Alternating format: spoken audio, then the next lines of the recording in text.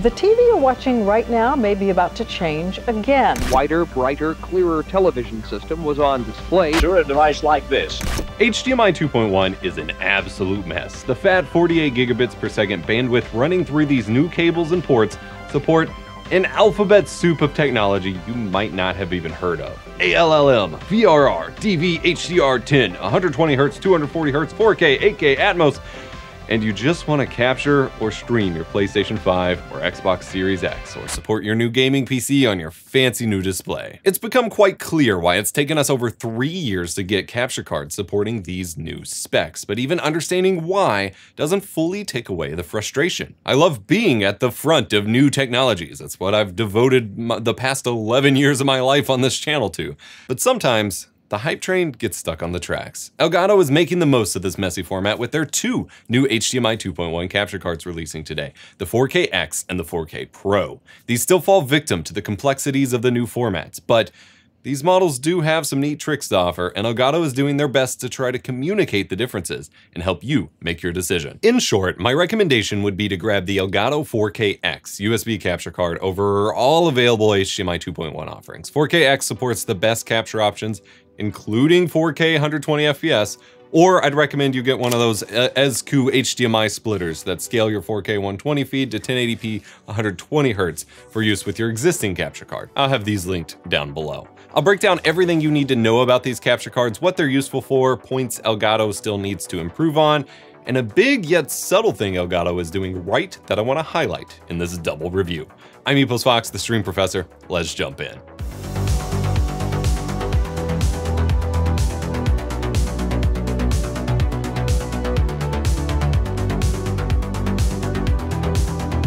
Why do we even need capture cards anyway? Nevertheless, new ones. If you're new to all this, a capture card is a device that connects to your computer and converts an HDMI video source, be that a camera, a game console, or a second computer, into a virtual webcam video feed that you can use to record, video call, take screenshots, or live stream. Most devices speak monitor or TV, they don't speak computer. They need something to translate it to your computer as a source that you can see in software. Capture cards don't provide any value if you're only streaming or capturing things already rendered on your computer. Your capture software can already see those sources. You just need cards for outside sources. We need new capture cards because the death march of technological advancement never stops. New monitors and TVs support higher resolutions, higher frame rates, higher dynamic range, and faster response times. And game consoles and computer graphics cards evolved to produce these new speeds. But capture hardware is stagnant. In the early days of Xbox 360, PlayStation 4, Wii U, and Switch, 1080p 60 capture was standard and all you needed. It's not true anymore. You can't just download an update to just physically change the speed of the throughput of your HDMI chips or processing power on your device. Just like you couldn't download an update for your TV to make it run at 120 Hz or suddenly be OLED yet. So if you want to play on the bleeding edge, you have to upgrade to the bleeding edge. The 4K Pro is a PCIe capture card, slots into the expansion slots of a desktop computer. That is basically an HDMI pass-through upgrade to the previous 4K 60 Pro from Elgato. The actual capture hardware, which converts the HDMI signal into something your PC can understand, is unchanged from the 4K 60 Pro, but the HDMI receiver and splitter hardware is upgraded. This unlocks new pass-through capabilities for supporting more bleeding-edge monitors. 4K Pro can pass through 8K up to 60 Hz, 4K up to 240 Hz, 1440p up to 240 Hz, and some new ultra-wide combinations that I don't even have the monitors to test for. The ultra-wide scene is a mess on its own these days. These can all work in HDR and in VRR, aka variable refresh rate. You've probably never even seen an 8K TV or played on a 4K 240 Hz monitor. PlayStation 5 ships in boxes proclaiming 8K output capabilities, but even games that actually can render in 8K still cannot output 8K from the console. But this capture card supports playing through it that way for the future! Something like that. In terms of pass-through, this is the most future-looking and flexible capture card we've ever seen. So why am I recommending against it? The downside of this building upon the existing 4K 60 Pro is that while the HDMI processing hardware got a major upgrade, the capture hardware is unchanged, and the 4K Pro can apparently only scale resolution in hardware, not frame rate. The causes of this involve trying to explain the differences between TMDS versus FRL HDMI signals and why they can't easily be converted, and we just don't have time for that. This means that your capture formats are much more limited based on your input signal than before. Anything the original 4K 60 Pro supported can still be passed through and captured in both HDR and SDR, including 4K 60Hz and 444 RGB chroma subsampling at 4K for upscaling or pixel peep comparisons, better text rendering, and so on. But once you extend beyond the original limits, your capture ability goes down. If you pass through 8K 60Hz, you can capture in 4K 60 FPS, even in HDR. Neat, I love that. If you pass through 4K 240 Hz, you can capture in 1080p 240 FPS or lower in HDR or SDR. If you pass through 4K 144 Hz or 4K 120 Hz, you can capture in 1080p 144 FPS or 120 FPS respectively in HDR or SDR. But see the pattern here? This is where that scaling comes in. The card cannot scale 4K 120 FPS pass-through to a 4K 60 FPS capture on this model. It can only scale down the resolution, and apparently only by cutting it in half. So in the same vein, 1440p 240 Hz gets scaled to 720p 240 FPS. Any format the 4K Pro can capture can be captured in HDR though, which is pretty awesome. Not being able to capture 4K 60 from 4K 120 or capture 4K 120 directly is a disappointing and frustrating limitation, but the consequence of the strategy used to quickly bring out an upgrade to the 4K 60 Pro here. The 4K-X USB card does not suffer from this, as it is a wholly new card. Thankfully, the price of the 4K Pro reflects this, as it's only $280 at launch versus the $400 that the 4K 60 Pro launched at, and you could probably expect an equivalent card down the road to launch at that kind of price, should we get one. Elgato is working on a lot of cool documentation and widgets on their website to try and help buyers navigate the confusing formats of this new era of HDMI standards and choose the best card for them. I'm stoked that they're putting in the work and acknowledging how confusing it can be, because sometimes companies just want to like gloss over this kind of stuff. Capture cards used to be a confusing mess before the modern HD era, then got pretty simple for a while and are back to being very complicated again. If you want to game in HDR on your display but record or stream in SDR, the 4K Pro will automatically tone map any HDR signals sent to your display to SDR in the hardware for you, if that's what you want, meaning you won't have to worry about conversions in software. For HDR capture, you have the option of capturing HDR directly to produce HDR videos or YouTube live streams, either in OBS Studio or Elgato's 4K Capture Utility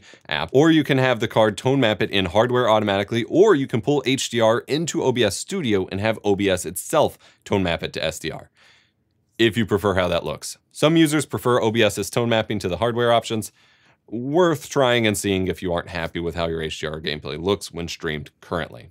I have some comparisons on screen, but you know, it's user preference in many cases. Or if you don't notice any issues, don't worry about it. Just don't bother. I'll try to have a guide up on how to tone map in OBS if that's what you want to do, up on stream guides or in the forums, linked below if this was confusing. I mentioned this specifically as the 4K Pro and 4K-X seem to tone map differently.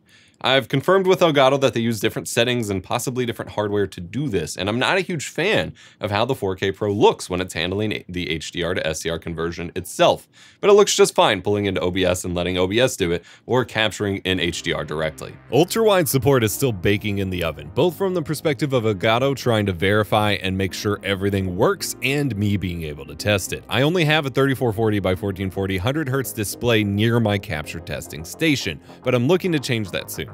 I was able to pass through that full spec in HDR and capture native 3440 by 1440 60 FPS in XRGB, or a scaled 1814 by 1043 in full 100 FPS XRGB, which is pretty neat. I was also able to pass through 120 Hz at that same resolution to my LG CX, but OBS wouldn't show anything, it was just black. There's a lot of issues trying to emulate ultrawide on normal displays with capture cards, but I'm confident it can probably be supported. Either way, it's a small step up from last gen's compatibility, a lot easier to make work than last gen, and better than AverMedia was faring last time I checked. Ultrawide is messy. I need to just have a couple ultrawides available for this, but they're expensive and they take up space. I should have some new displays coming in soon that may help me test this. Stay tuned. Capturing iPad gameplay in 4K 60 HDR is no issue for the 4K Pro. It doesn't send any EDID that recreates the native screen resolution of the iPad Pro, but it can capture it and looks great. Steam Deck can also be captured, taking in its native 1280 by 800 resolution if you want. The 4K capture utility lets you change the EDID mode, the way it identifies itself as a monitor to consoles and computers, to internal, and then you have both a 1080p and a 1280 by 800 Steam Deck compatibility mode available. Choosing 1280 by 800 started exhibiting some weird bugs, forcing my deck to 480p. The 4K CU beta that I had access to had a ton of EDID bugs that I've been reporting to Elgato along the way, and they should hopefully be fixing up, but toggling it back to display after that allowed for proper 1280 by 799, close enough, capture in both 4K capture utility and OBS. 4K Pro supports multi-app, the ability to load the capture card in multiple programs or OBS instances at once, which is great. Super handy feature for multi-streamers or people who want to capture raw gameplay while they're streaming, or video conference while streaming with a camera. The 4K Pro can pass through and capture native 480p and full XRGB from HDMI modded retro consoles or the RetroTink 2X scalers. It also natively supports the 1920 by 1440 4x3 output from the RetroGem HDMI mod and RetroTink 5X scaler, again in full XRGB. Very rad.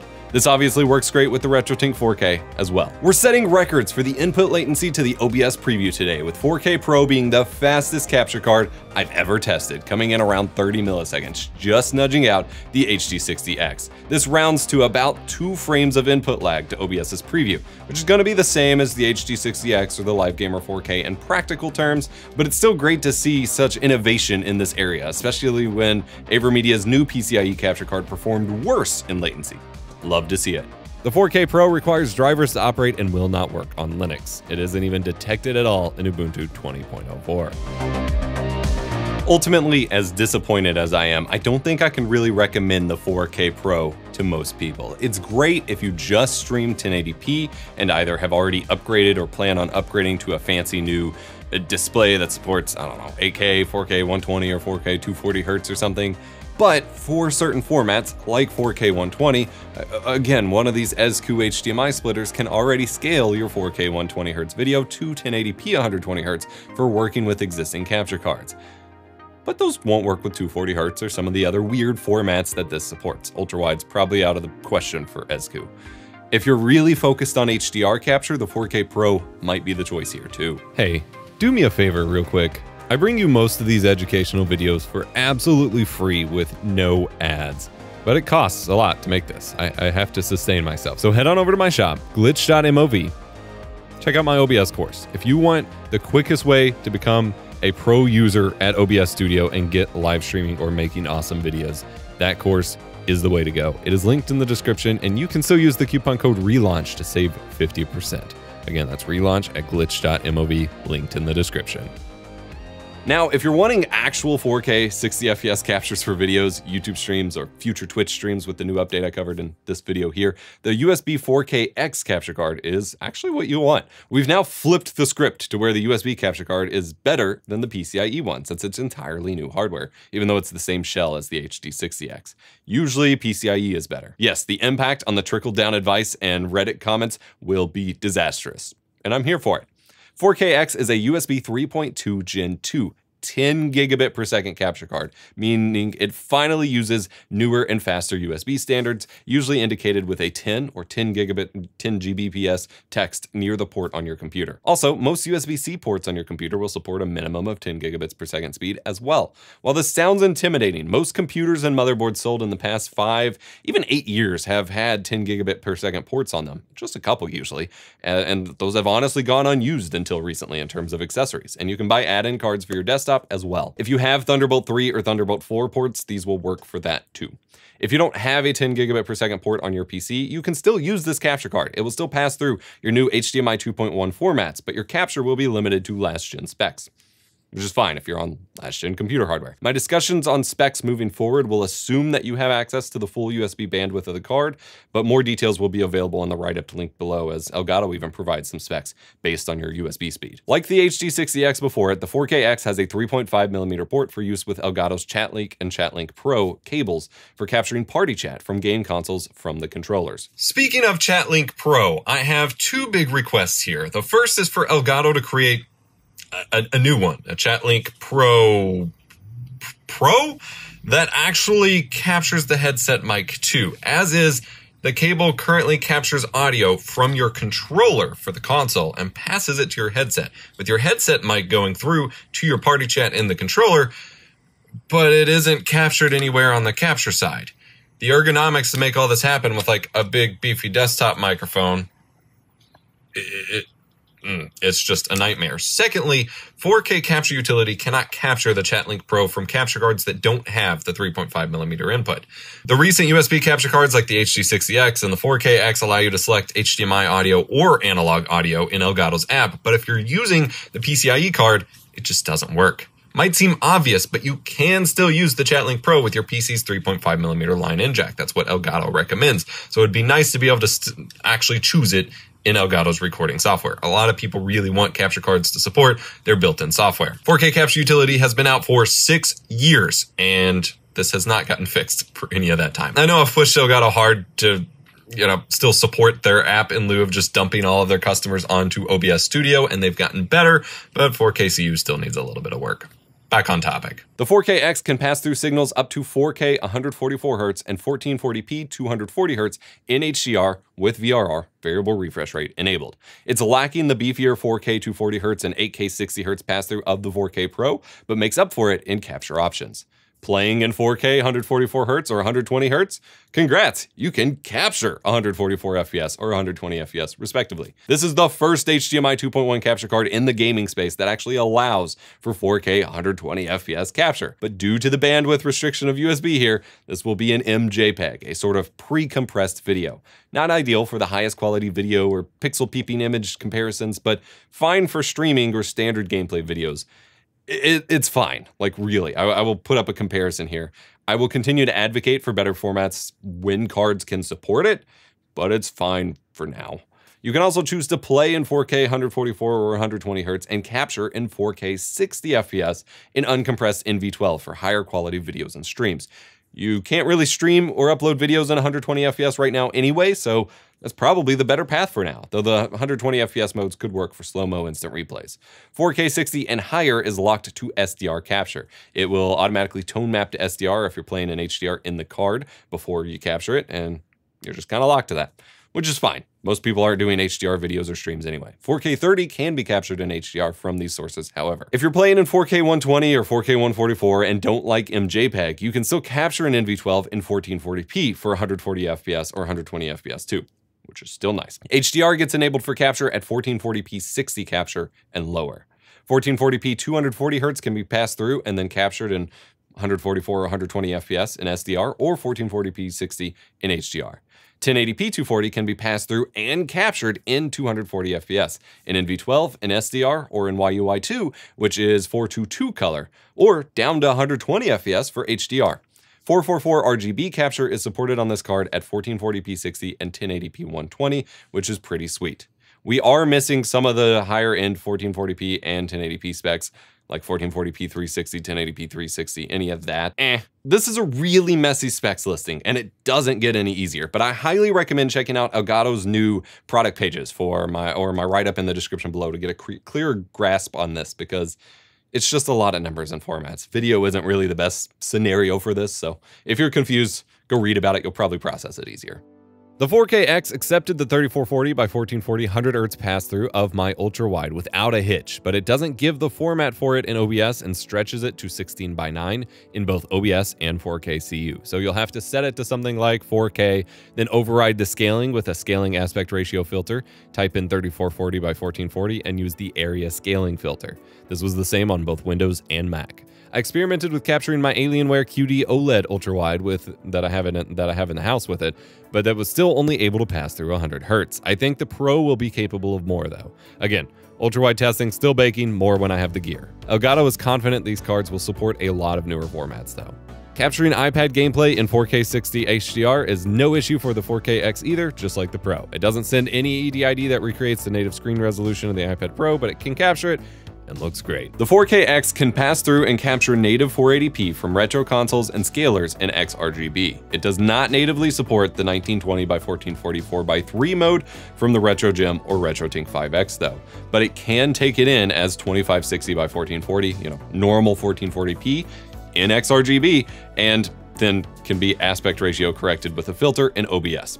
Good enough for me. Similar to the 4K Pro, the 4K-X's input latency to the OBS preview is a mind-boggling 35 milliseconds for a USB card, or around 2 frames. This makes it the 3rd fastest capture card I've ever tested, narrowly behind the 4K Pro and HD60X. Both of these are rounded to about 2 frames of latency too, so it's basically tied. The 4K-X also works with USB-C iPads with the newer iPad OS update we covered last year and Elgato's Capture app, allowing you to capture on the go pretty easily. I think this is the ultimate combo for travel game captures moving forward. 4K-X works plug and play perfectly on Mac, even for capturing 4K 120 FPS. The only quirk is that it shows NV12 for all modes, even though 4K 120 is definitely MJPEG and needs set to full RGB range as a result.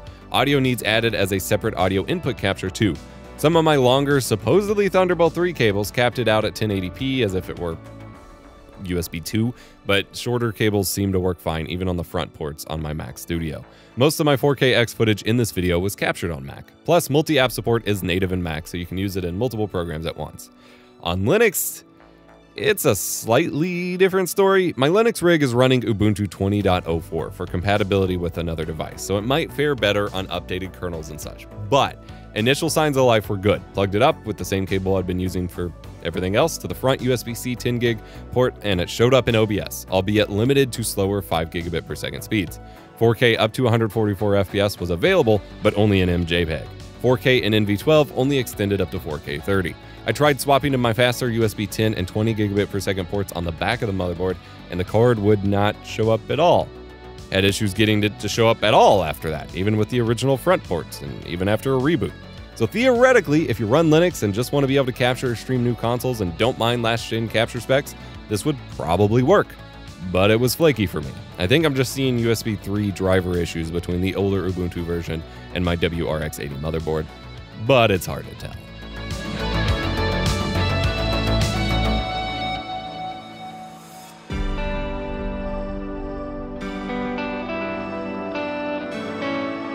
All this to say, unless you specifically want 8K or 4K 240Hz pass-through, the USB 4K-X is the far better card, and the one that I will be using for my streams moving forward. Since it frees up a PCIe slot, I will probably be using my Magewell dual input capture card for my RetroTink 4K, and then the 4K-X for the PS5 and Xbox Series X capture.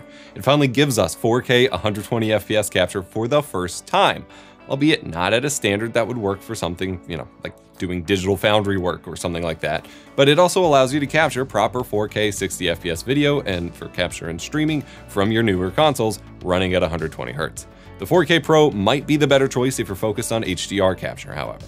I'm holding out hope that Elgato or even AverMedia release a fully realized PCIe capture card for the HDMI 2.1 generation before too long, but do expect that it will cost significantly more than this current wave of cards, as the fully realized 4K 60 cards did too. It's easy for people to get used to current prices, but these prices are after 6 years of manufacturing and discounts, not the launch prices. Elgato is looking into adding 5.1 surround sound support for the 4K Pro for pass-through and capture, as YouTube now supports streaming it. This is still baking in the oven, but it's neat that audio is seeing some much-needed love finally. Both 4K-X and Pro are the first capture cards to support passing through ALLM, Auto Low Latency Mode, to your TV. This is basically just a fancy handshake over HDMI where your game console tells your TV to automatically configure itself for the lowest latency and fastest response for gaming, which is pretty neat. You don't have to worry about remembering that anymore. Typically, using a capture card or AVR means not having this feature and needing to toggle whatever settings in your TV for this manually, but 4K-X and Pro will let all this happen automatically. OLED users are eating well lately. I wanted to briefly highlight that Elgato has started manufacturing, or at least, contracting, whatever, their own USB and HDMI cables with the exact specifications engraved on them, so you always know what their cables support.